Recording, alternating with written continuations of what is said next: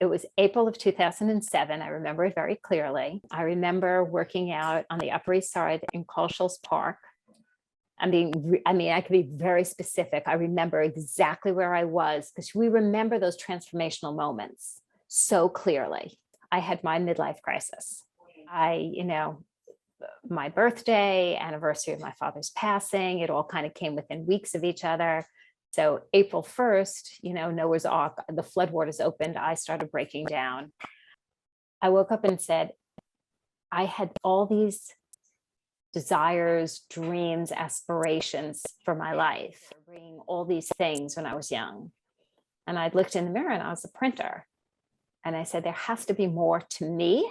My computer, and I hit Google and I said, what is coaching around people? And it was 2007, and I got tennis and I got soccer on page 1 and some baseball on page 2 and a few other things. And it kind of was the bottom of page 3 that it started popping up at that time. And I delved into it. And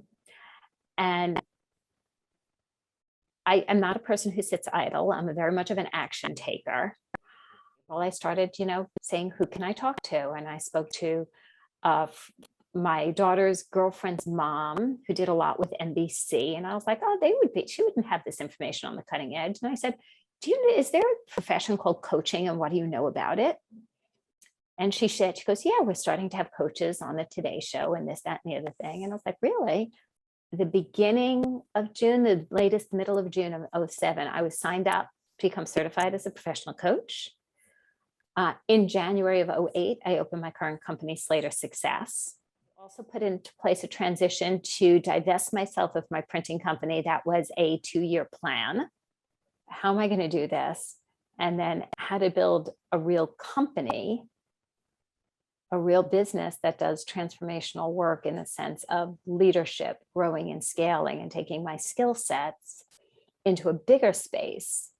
So I think it's important, especially in transitions, to be willing to define a vision, take the actions toward the vision, and have, an open mind and an open heart to see what of those actions what of that vision actually fits. But until we take the actions, we don't know. But when I think about networking, I think about going in and trying on a little black dress in a dressing room. And you have to go in that dressing room to really see how that little black dress fits. And it doesn't matter if it's Marshall's, Macy's, Saks, or Chanel. It's how that dress fits each individual person. The unknown is scary. What we don't know, to step into what we don't know. If you are about to transition, don't transition out of reaction, transition out of desire. But you don't know how you're going to feel when you step into the dark. And when you get scared, and it is scary, transitions are scary. I don't know anybody that has not been kept up at night over a transition.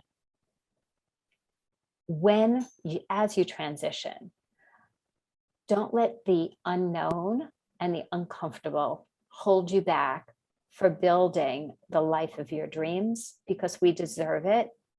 And we deserve it at all ages. It doesn't matter if we're transitioning when we're 50, 45, 35, 75. Do your market research. Interview people, talk to people. I'm a strong believer in creating a plan. I think plans are important. And then understand that plan's a journey. You do the inner work so you know what's truly important to you. We all deserve that. When you are thinking about shifting jobs, you do informational interviews, right? It gives you insight into, does this attract me or not? And it gives me insight into building a network. To this day, I invest in coaching. Doesn't matter that I've been coaching for 13 years. The one thing I've learned as I've aged in life is I've let go of the notion that we're stronger alone and I have something to prove by doing something by myself, versus embracing community, team, and the power of that. Don't do it alone.